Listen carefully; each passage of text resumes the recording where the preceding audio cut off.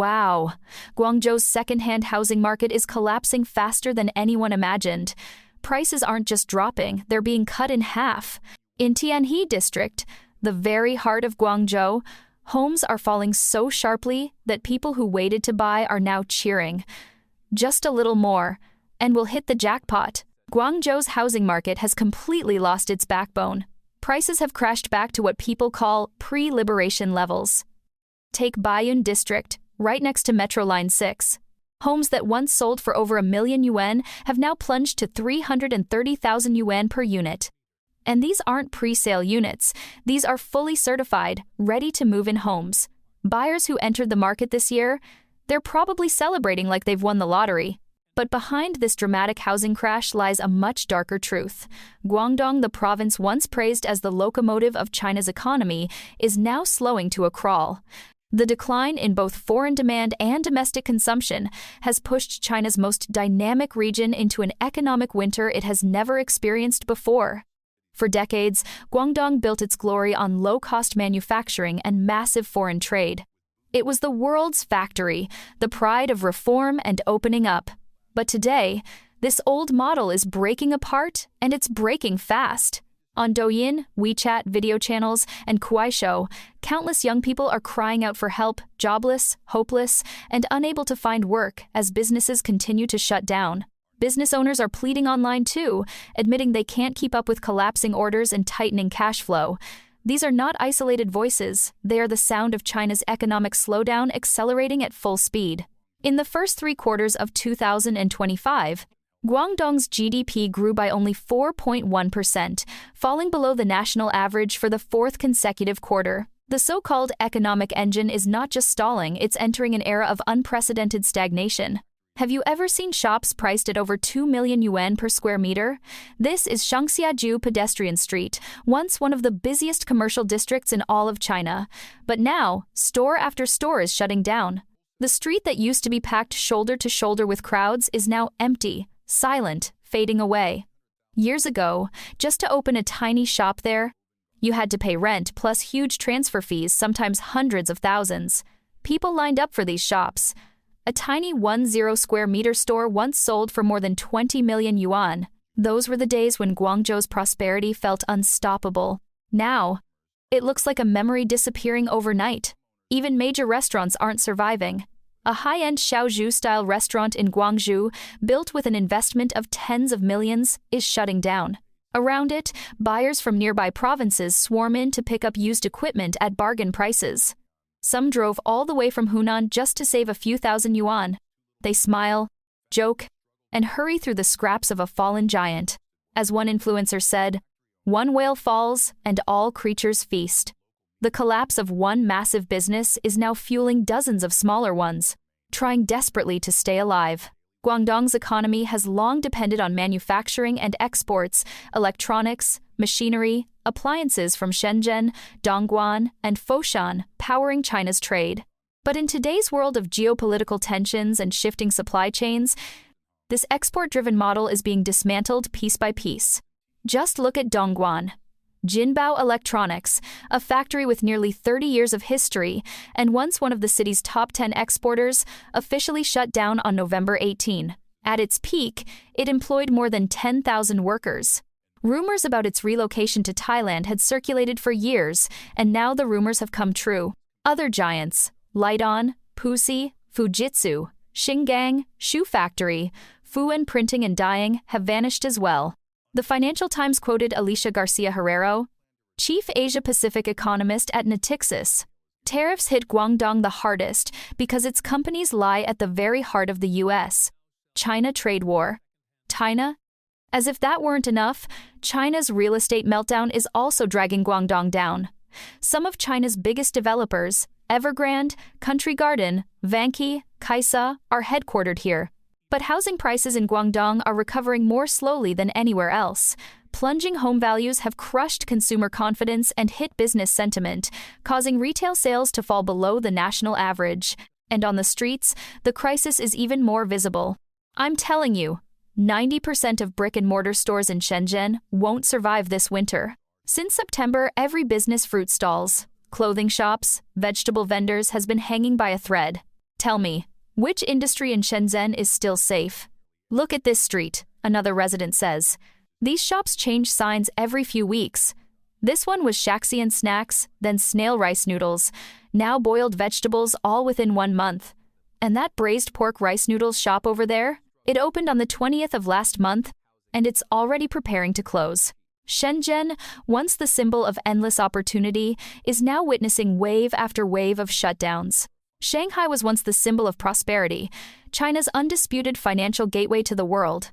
But now, even prime districts like Lujiazui and Xintiandi are seeing waves of shutdowns.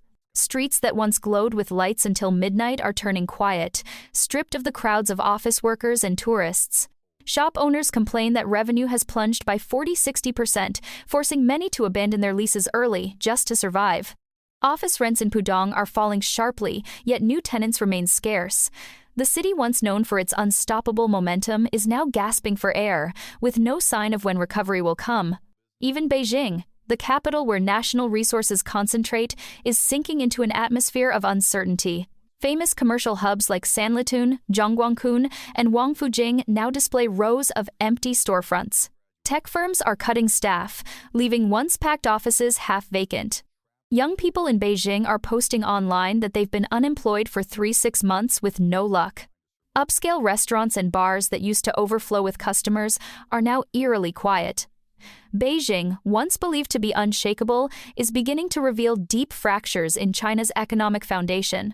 Shenzhen used to represent speed, innovation, and endless opportunity, a place where anyone willing to work hard could make it.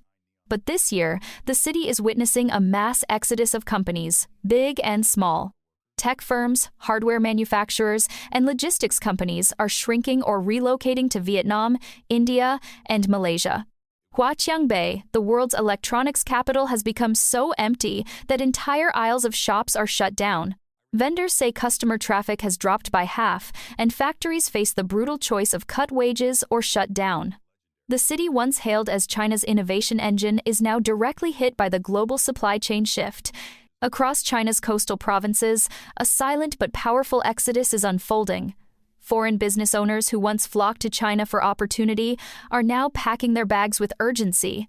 Factories that operated for decades under foreign management are suddenly announcing relocations to Southeast Asia. Many owners admit privately that they can no longer predict policy changes or ensure the safety of their capital. Videos online show industrial parks once full of foreign firms now half empty. The confidence that once fueled China's manufacturing boom has evaporated. What remains is a sense of uncertainty no foreign investor wants to gamble with. Taiwan business owners. We can no longer stay here. For decades, Taiwanese entrepreneurs were among the biggest investors in mainland China, building entire supply chains from Shenzhen to Dongguan. But now, a dramatic shift is happening. Thousands of Taiwanese factory owners are shutting down operations and fleeing almost overnight. Many say the rising political tensions and unpredictable regulations have made staying impossible. Some owners report sudden inspections, unexpected fines, or frozen accounts that push them to escape before things got worse. Even long-established Taiwanese industrial zones are becoming ghost towns. This mass departure marks the collapse of a relationship that once shaped China's rise as a manufacturing superpower. Every time a foreign or Taiwanese business pulls out, the impact spreads through entire regions. Suppliers lose orders, logistics companies lose clients, and thousands of workers suddenly find themselves jobless. As factories relocate to Vietnam, India, Malaysia, and Mexico, Chinese industrial clusters are losing their competitive edge at lightning speed. Entrepreneurs say openly that China is no longer the safest or cheapest place to produce. The domino effect is accelerating once a major anchor factory departs. Smaller firms collapse like falling bricks. This chain reaction is reshaping Asia's manufacturing map, leaving China with gaping holes that may never be filled again.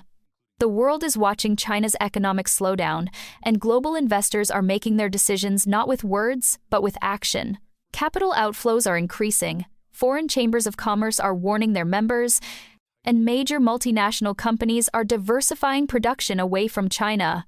Many executives say privately that the biggest threat is no longer economic, it's uncertainty. Uncertainty about policy, about geopolitics, about how fast conditions can change. This uncertainty has triggered a historic retreat of foreign participation in China's economy. When investors begin to vote with their feet, it signals something deeper. The era of China being the world's default factory might be ending.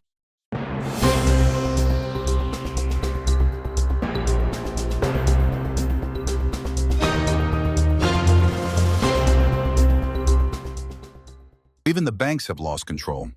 They are frantically rushing to unload their housing stocks, triggering a flood of price cuts that shocks everyone. Families involved in these sales notice something unprecedented. Banks slashed prices immediately, a blunt, unapologetic downgrade. Buyers are still paying tens of thousands of yuan, yet banks cut prices by 27% right from the start. About 75% of these homes aren't rare, and even small counties are offering discounts. The banks that once lent money for mortgages have now become the country's largest landlords overnight. The housing market in Beijing, Shanghai, and other major cities is collapsing at lightning speed. Homeowners are rushing to sell, cutting prices drastically just to escape losses. Apartments that once sold for millions are now offered at half the price. Banks are joining the frenzy, unloading thousands of units in massive discounts. Even prime locations are no longer safe. Buyers are hesitant, fearing further drops. Streets are quiet, commercial areas empty, and ghostly buildings dominate the skyline. Developers are caught in brutal price wars, unable to stabilize the market. The era of skyrocketing property values is over. Panic and desperation now rule China's real estate. 4 major industrial and agricultural construction companies, local city merchants, and agricultural credit institutions are all dumping homes on the market. Banks across China are selling properties directly from green warehouses, unloading entire buildings as if a storm had hit.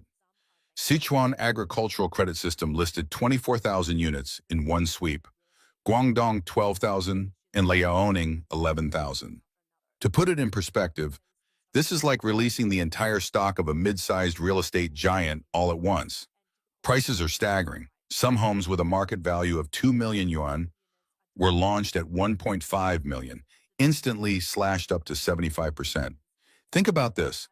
When banks, the most conservative, financially cautious institutions, start selling houses without hesitation, what does it signal? The second-hand housing market is collapsing. The wolf has arrived, and this is just the first wave.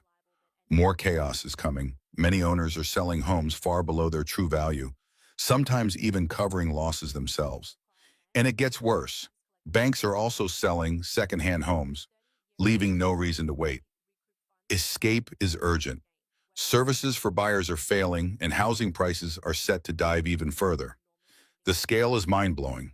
In Harbin, a 176 square meter unit sold for only 315,000 yuan, just 800 yuan per square meter, while similar units in the same community are priced at a minimum of 3,700 yuan. Mr. Wang, a real estate consultant from Hefei, warns that banks are selling homes directly because 60% of their loans are tied up in real estate. With foreclosures surging, bad debts rise, threatening systemic financial collapse. If banks didn't act, the market and perhaps the entire economy would crumble. When that day comes, ordinary people might not even afford basic necessities. Beijing has seen a rapid price decline in the past 2 months. In October alone, property prices, sales areas, and newly launched developments all fell, reflecting a clear downward spiral, mirrored by industrial production and PPI trends. Some of the lowest income communities saw prices plummet from 38,000 yuan per square meter to just 10,000. A 76 square meter, 2-unit property on Shuangqiao Chaoyang East Martial Arts Ring now costs under 1 million yuan. These aren't remote areas, elevators, busy streets, but homes are tiny and still crashing in value. A property that once sold for 6 million yuan is now down to 4 million. The conversation has shifted. No longer is it about potential growth. Now it's about which properties will fall hardest. This year's housing crash is historic. Previously, falling prices mainly hurt profits, and sellers could cut losses. Now leverage is gone. Mobility is near zero. Houses bought for 7 million yuan in 2017 are worth only 300,000 yuan today. One property in Nanjing's Huarong International Community, bought in 2021 for 4.25 million yuan, sold for just 950,000 yuan by October 2025. Sichuan Agricultural Bank sold 240,000 units overnight, with other banks following closely. Homes that were 1 million yuan just months ago now sell for 750,000, a 25% drop in 6 months, and that's before factoring in the negative news. Even villas in northern Beijing are collapsing. Double villas that once sold for 5-6 million yuan now fetch barely over 2 million. The housing market is unraveling faster than anyone could have imagined, and it's only just beginning. The housing market in China is collapsing at a speed no one expected. In Yuanhe, upper city prices plummeted from 28,000 to 14,000 yuan per square meter. Chixinfang and Gusu saw a drop from 32,000 to 18,900 yuan. Gaoti's new city fell from over 30,000 to just 15,600. Meanwhile, Zhuguan's 12,000 yuan properties are completely ignored. No buyers in sight. Even my own apartment, a 118 square meter, 3-bedroom unit, lost nearly 30% of its value, falling from 4.9 million yuan last year to 3.5 million yuan now. And the trend shows no sign of stopping. Banks are aggressively selling homes directly, and the looming national real estate tax adds more pressure. Prices are plunging not just in Tier 1 cities, but also across secondary and tertiary markets, for both new developments and existing properties. Some of Beijing's supposed cheapest communities are experiencing the harshest collapses. Units once priced at 37,500 yuan per square meter are now half that. Banks selling homes at extreme discounts have shattered the already weak pricing system. Mr. Zhang Jifeng from Xi'an noted that bank-sold houses are often cut by about 30%. Yet even these discounted prices fail to cover the bank's debts. The problem isn't just pricing, it's panic. Mr. Chen, director of Shenzhen Real Estate, explains that low prices create false expectations.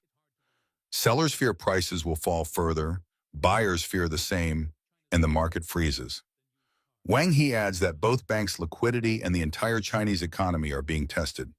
The CCP cannot fix this. Protecting banks from bankruptcy would require massive money printing, which weakens citizens' purchasing power while driving prices higher. Without intervention, bank collapses could trigger an economic explosion. Already in 2024, 199 small and medium banks were canceled, surpassing totals from 2021-2022, and 357 banks are now considered high risk. Shanghai has seen similar chaos. Houses once valued at 6 million yuan dropped to 4 million in just 6 months. Shenzhen's long-stable housing market is now crumbling. Longhua and Longgang districts fell sharply. Futian and Nanshan lost over 75% in value. Township housing markets are in complete disarray, with developers fighting brutal price wars. In Guangming, units that once cost 1 million yuan now go for only 246,000 yuan. Even properties that were considered resistant to market swings could not survive. Chengdu faces the same chaos. Some houses are now virtually unsellable, even with foreign interest. Sea View properties at Shandong's Lushan City Inn, beautifully decorated, sell for only a few thousand yuan. Streets, commercial areas, and roads are deserted. Small and medium high-rise buildings are plentiful, yet most remain unsold. China's housing market is flooded. With 1.4 billion people, there are enough homes for 6 billion if we assume 10 per building. The market is oversaturated, retail buyers are exhausted, and prices continue to fall. The collapse is not slowing, it's accelerating, and the consequences for home owners, banks, and the entire economy could be catastrophic. Now China's economy is plunging at an unprecedented rate. The housing market in Beijing, Shanghai, and Guangzhou is collapsing, with homeowners racing to sell and banks dumping thousands of units at rock-bottom prices. Luxury apartments and city center units are losing value by half, while secondary cities see property values crash even faster. Developers are facing bankruptcy, unable to pay debts or complete projects. Ghost cities are rising as commercial areas empty out. Banks and investors are frozen in panic, fearing further losses. The collapse of real estate is sending shockwaves through the financial system. Ordinary families see their life savings evaporate almost overnight. It's not just real estate. China's industrial sector is hemorrhaging. Factories across electronics, steel, automotive, and textile industries are closing down in waves. Millions of workers are being laid off as production halts, and smaller companies cannot survive rising debts. Supply chains are breaking, exports are falling, and warehouses overflow with unsold goods. Industrial output is plunging, while local governments struggle to prevent mass bankruptcies. Foreign investors are fleeing, and confidence in the economy is evaporating. Even previously stable manufacturing hubs like Shenzhen, Guangzhou, and Chengdu are in crisis. The domino effect is relentless, threatening the nation's economic backbone. The social impact is just as alarming. Migrant workers are abandoning cities, returning to rural areas as jobs vanish and wages go unpaid. Unemployment rates are soaring, especially among youth and low-skilled labor. Small businesses, retail shops, and service industries are shutting down one after another. Streets in once bustling districts are eerily empty. Local economies are collapsing under the weight of unpaid rents and frozen loans. Families struggle to survive as savings vanish and loans remain unpaid. The crisis is creating waves of social unrest, fear, and uncertainty across the country. China's economic engine is stalling, and no sector seems safe from the crash.